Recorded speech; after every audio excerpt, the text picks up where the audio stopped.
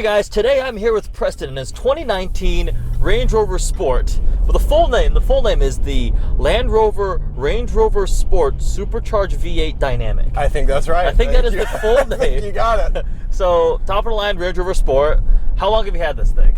Oh, I've had it since October 2018. Okay. It's been fantastic so far. 1 year of winter? Yeah, exactly. Survived Michigan winter, so that's always a nice testament to British engineering. Only a slight injury. Only a slight injury, One yes. new windshield required. Fortunately, the other day we had a little run-in with a dump truck, a 994, so that was pretty fantastic. Yeah. So we got a wound going in here. So 8,749 miles so far, and the British engineering has not injured us too bad so far. Not that bad. All right. We'll talk more about that in a second. Okay. Favorite part of the car, truck, SUV, whatever the hell you want to call it, and least favorite part? Oh man, favorite part of the car. So I guess what I have to do is I got to tell you, sort of why I got this car in the first place. So we traded this in on a 911 GT3, a 997.1, all very similar cars. You typically go from a 997 GT3 to a Range Rover Sport. Yes. But very common for the owners to be like, you know what, I want none of the handling, none of the flat six. Right. No, none of the naturally aspirated stuff. But no, I was looking for something, that was luxurious, refined, fast, sounded good. Okay. You could throw 4 people in luggage in. You have no problem, driving to Chicago and back and having everything you need, go golfing, whatever.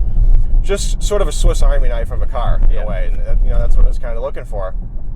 And it's pretty difficult in the market nowadays. In the U.S., it's kind of the land of the SUVs. Yes, everything is going SUVs and crossovers. Right, exactly, crossovers, and for every brand is sort of competing in this space now. Yeah. So in the fast SUV department, so to speak. The issue with me is that cars like the GLC 63 I was looking at, GLE 63 and so on, they kind of just look like bulbous versions of their sedan counterparts. If that makes sense. Lifted E-classes. Right, exactly. And I'm one of those guys who really likes the history of brands. I love that this started as a a British military vehicle that you could pretty much take anywhere and drive wherever you want. It does all these things. So I guess I really like the history of the mark of Land Rover itself. Okay. It's fantastic in the snow, but it also looks fantastic at a car meet, for example. Yes. I mean, it really fits in sort of anywhere. Okay. And you truly can take it off-road, putting aside the the massive 22-inch wheels around the car. And the fact that you want to scratch your $2,000 paint job. Exactly. And and it has its nicks and bumps and so on. Yeah. But it's been terrific so far. It's fast. It keeps up with some of the quickest stuff on the road. I mean, you're going to get, obviously... it's over 500 horsepower. Correct. 518 horsepower. I mean, you're not going to be taking on any 488s, for example, but I mean, you can challenge your occasional... That's what two of my friends who got Supercharged V8 full-size Range Rovers, when they first got him, like, holy crap, I just raced a Mustang and I beat him. You should have seen the look on his face. And these guys... I was like, it's like 500 horsepower. Yeah, exactly. These guys have no idea what's coming for until you really unleash it. Yeah. Least favorite part about the car. Anything you dislike? Man, it's really hard to. When you're buying a car like this, you can't complain about the gas, but that's the first thing you're going to kind of go to. That's true. But I will say this. It's like my friend bought an Aventador. Was like, it gets horrible fuel economy. I'm like, are you kidding me? Kind of comes with the territory. Like, are you kidding me? Yeah, exactly. Yeah. But I will say, 8-speed ZF gearbox, and this has auto stop. So all these brands nowadays have to do this kind of stuff because of emissions and EU. And yep. You got to fleet averages and everything. If you can restrain yourself from really going at it, you can easily get 22 miles per gallon on the highway. For something with 518 horsepower. Yeah, and it's big. Right, and not exactly. aerodynamic, Forced induction. Yeah. That's pretty good. Okay. So, other than that, I will say this: I have not run into the, shall we say, the British stigma. Okay. Quite yet. The Land Rover. But issues. Exactly. So, but I will say, the first week of ownership. Okay. I was doing kind of a post inspection of the car after I picked it up. Yeah. And there was the inner door seal was actually coming off. Oh. And this is a brand new $100,000. Correct. Yeah. This is a car with 9 miles on it that no one has touched. So I'm like, oh God, what am I getting myself? why did I go British? Because you guys have been German and American before that. Exactly. Yeah. Why didn't I not go X5M or Porsche Cayenne or something like that? But took it into the dealership under warranty. They did it in less than a couple hours. No big deal. Got to test drive a full-size autobiography at the same time that it was getting fixed. Not bad. It ended up being no big deal. And since then, since after a week of no problems at all. I mean, No electrical issues yet. Nothing. So one of my friends, funny story, he has the full-size autobiography. This auto stop-start, like turn it off. He like hit it and it would turn back on. It hit it and turned back on. It was like, I guess auto stop-start's not on. It's just a disaster. He wasn't able to, but like you turn the car off and they come back to it the next day and it's all fine. Really? Everything's all okay again. There's weird little issues. I'm glad you haven't had any yet. Yeah, and I guess you try to knock on wood as much as you can, but You got and I wood think trim in here? Yeah, Piano black wood? yeah, exactly. I think it's somewhere. Yeah. But I think I'm a firm believer of sort of like you reap what you sow. Okay. And a lot of people go into these things hesitant and saying, "Oh, I know something's going to go wrong. Like, why? This is the British engineering, so on and so forth." But you know what? I think with this facelifted version in particular, I know some of the early sports, 14, 15, had some issues with electric, as you mentioned. But so far, in terms of the engineering, I think they've really improved everything from the drivetrain to the electrical system. Yeah, and for an automatic, it's a snappy gearbox. Everything's instant. You got instant torque with the supercharger. I mean, no real complaints. It's definitely fast. Yeah, it's very fast. So you mentioned like GLC. What else? Do you think about X5M Cayenne? Full-size Range Rover, SVR. Yeah. We'll talk SVR in a second. We'll talk SVR but for any of those others, so you kind of didn't like the way the GLC looked. No, I don't. I think it's just a bulbous C63, and people argue with me, in the comments about this. Yeah. But for me, I really liked. So this is one of the good things about Range Rover. I think they have mass. They have so much presence on the road. They look large. Mm-hmm.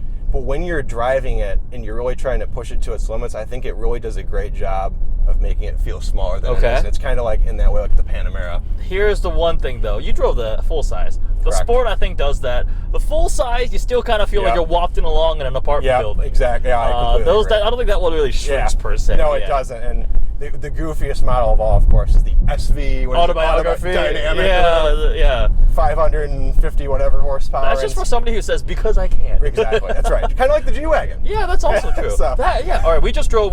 I drove. You got the ride in. Right. Brand new G63. Yes. Did that make you fall in love with it?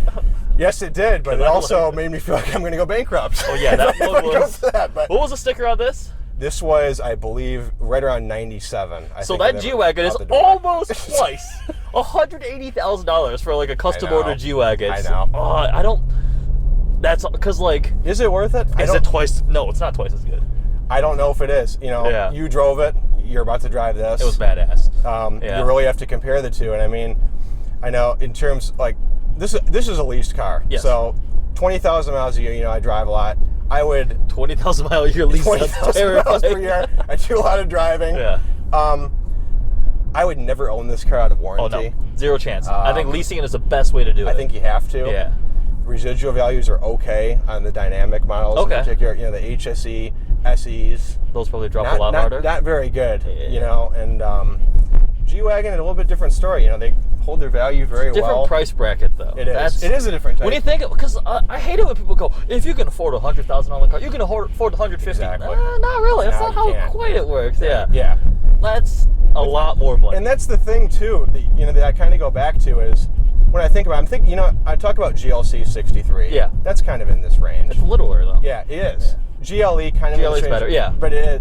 But to have a comparable Cayenne turbo. Yeah. Oh, you're also in the. You're in 150, 160 ballpark. Yeah. You start. Porsche. Burmester. Ceramic brakes and Sport Chrono, and you start going with paint to sample type of stuff. Yeah. You are even a little stuff. Would you like your air vent slats in leather? Exactly. $600. Right. Sport Chrono and Luxor beige or whatever. Give us $400, right, please. Exactly. Cup holders, $500. Yeah. It comes with that. Okay. So those obvious cost more, but one that's less of a margin, but still a decent amount. SVR. We've talked about this for hours. We have, and SVR. I really like the So I love what SVO is doing. I just think as a brand, I think they're just fantastic cars. We thought about. I was talking to you the other day. We were thinking about doing Project 8. About that. Yeah. The world's coolest XE. Exactly. And at first, we started looking into one of those. Oh my God! Stop, start. Thanks a lot. Stop, start. We'll turn that off, please. So I don't know too much about the brand itself, but I do. It's sort of a little in-house shed in the Midlands in England. Okay. So this is not like your technical AMG masterminds behind these type of cars. They're just kind of like, let's stuff a giant engine in these And a things, little tiny car. right, in a loud exhaust and make them go. But they're great. They're great cars. Yeah, I've heard they drive amazingly. They do. Yeah. And as far as the Range Rover SVR goes, what are we? We're about 50 horsepower difference between them. Yeah, we're at 518 versus 575, 575. So is it worth that? I can't really say for sure. I haven't driven the car yet. Yeah. But the carbon hood and the exhaust. Exactly. Sounds so good. Right. And I don't have switchable exhaust in this, unfortunately, which is something because I love F-Type and I love the cracks and so on that you get with it. It sounds like an AK-47. Yeah. It's insane. Right. So when you want your inner, 16-year-old to come out, that's always nice. Inner. Mine's mainly on the outside most of the time. RS7 is so cool. Right. We're all immature at heart. But when you own a car like this, I think its sticker price is like $113, where these start at $85. So right. Exactly. You're talking at least. Right. And if you're going to be doing a lease, and if you don't want to own these cars, those probably depreciate harder too. SVR. They do. Yeah. Right. And I think the lease is quite a bit more ridiculous than this. I don't think you do it. I think you get a second car. Or save the money to get a second car. I think you're right. And I don't think it's not like, I don't know how you feel about the non-M car, like M performance cars. Yeah. This doesn't really feel like a fake SVR, if you will. Because it's not pretending. It's not. There's no SVR badge on it. Right. It's not like SVR trim or SVR line. I agree there. Yeah. Right. And I think, looks are subjective. But I think that personally, I think the facelifted Supercharged Dynamic looks better than the 17-plate SVR. Okay. The older one. The newer lights are more aggressive. They're sharper. Yeah. So I agree. I mean, you get a nice package. Mm-hmm. It really provides everything. I think at a relatively fair price point compared to other stuff in the range. I mean, was that a pun? Oh yes, it was. I'm sorry. I'm so sorry, everybody. It was not intended. I mean, if you're thinking, because I drove my friend's X5, a brand new, latest generation X5 50i drive, whatever the hell. Yeah. 99 grand. That's every single option on it. That's crazy to me. So, but it was fast. I mean, it's like, I forgot the number. I should remember this. I just drove it recently. It's higher up there in the horsepower range, and every single luxury thing. Interior, I think, I said it in the video, is the standard for luxury SUVs. Really? That interior is nicer than this interior now. Yeah. And this is a really nice interior. Yeah, and BMW was slacking for a while in interiors. Exactly. Too. AMG was smoking. This X5 is amazing. Yeah. So that's also what you're looking at. Yeah. I'm driving a Q7 now for my loaner. That thing compared to this is a hunk of crap, but it's also cheaper. Really? It's also cheaper. I mean, it's a very nice Yeah, SUV. we don't get the SQ7. Yeah, we don't get that. That would be awesome you would need something. I mean, because it's the 3 liters of top engine, which is 200 down from something like this, so it's not comparable. But yeah, I think you've had a good experience with the reliability. So I've had no problems with it. I've driven it in 85 to 90 degrees, and we also drove it when we had our few days of misery here this winter in literally wind chills of -30 Fahrenheit. And I flew to Florida for that. Yeah. Lucky you. Unfortunately, I was stuck working. But, I mean, it's been great. Yeah. And I think... 2 thumbs up? Yeah, I think and a lot goes into the testing for these cars. And people just think it's British and it's scary, and I don't think it is. I think you can really get into these, at a fair package at a relatively fair price point for what it offers. So your answer might change coming forward, but so far, initial impression-wise, do you think you get another one? Or do you want to upgrade? Or are you going to go lateral move? Oh, man, it's hard to say. Too early to tell. Yeah, I think the boy racer in me thinks if I do get another one, it will be an SVR. But I need to drive that car. Yeah. I need to see. Okay. And it depends, how much are they really going to change with the next, all these brands nowadays, too. Or downsizing and going hybrid. Right, exactly. And everything... You do want to try to keep it fresh. I'm not one of those people that's really self-absorbed. It has to be driving the newest thing always. But at the same time, it's like these brands are constantly improving everything. And it's so hard to keep up to date. I do like the technology in cars, so in that sense, I like to get the newest thing. But you don't feel bad about driving the older model. But I mean, if it goes well, I probably would get another one. All right. Yeah, because if you're a younger guy who's single, maybe doesn't have a family yet, but you want something that you can throw a bunch of friends in, go golfing, take a trip to Chicago, or it fits drive in to at the front of the valet line. Exactly. And it's comfortable. Right. And, it looks great. You can take it off down the dirt road. You don't feel bad about yourself. You're not going to break something. I think it's a great option. See, here's the other thing. With a lease, you could do that. But like, how many people are actually off-roading the Range Rovers? Right. My friend was like, he got himself an autobiography Range Rover. Friend John. Yeah. Beautiful car. He spent like, I don't know, $5,000 on the amazing SVO, like racing green paint. Yeah. He's like, I want to buy a Rubicon. I'm like, you just got a Range Rover. Yeah, but I want to scratch out my $5,000 paint job. I'm like, exactly. Fair point, but like, I mean, it's like the G-Wagon. Yeah. Too. I mean, you know it's there and it'll work in the snow. But will you use it? Yeah. Yeah. I mean, that's in Michigan we do need it. Yeah. I mean, I haven't done any real hardcore off-roading in this car, but I've driven it in blizzards. I mean, and it where other things will get stuck. Yeah. Even things like, Forerunners and so on. Oh, really? I mean, this has such a clever traction management system. Yeah. I forgot to even mention, that's one of the things I love about the car the most. You have ice mode, you have gravel mode, comfort, which it just soaks up every single. You can barely feel the bumps. Yeah. I mean, this thing, like I said, it's riding on 22-inch wheels, which is frankly ridiculous. For something that can go off road. Yeah. It's for looks, of course, but it just really does everything so well. So I mean, it's been great. Awesome. There it is. That's what it's like to own. Actually, no, people are going to bitch and be like, you don't actually own it, you're just renting it. People seem to have an issue with leases. You realize a lot of high-end cars have leases. Right. It makes sense.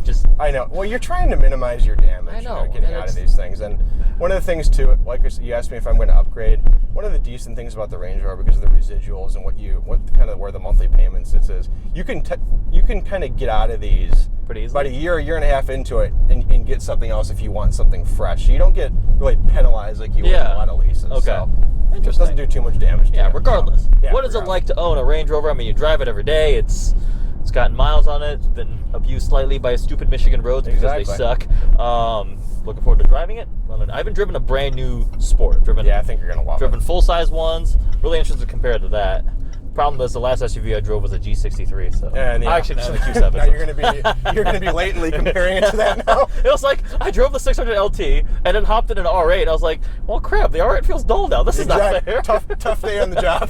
Very. It was really challenging. Exactly. And then wake up, and be like, oh, I gotta drive a McLaren today. Crap. That sucks. There we go. Hope you guys like this video. If you have any questions, please comment below. Thanks for watching. Thanks, guys.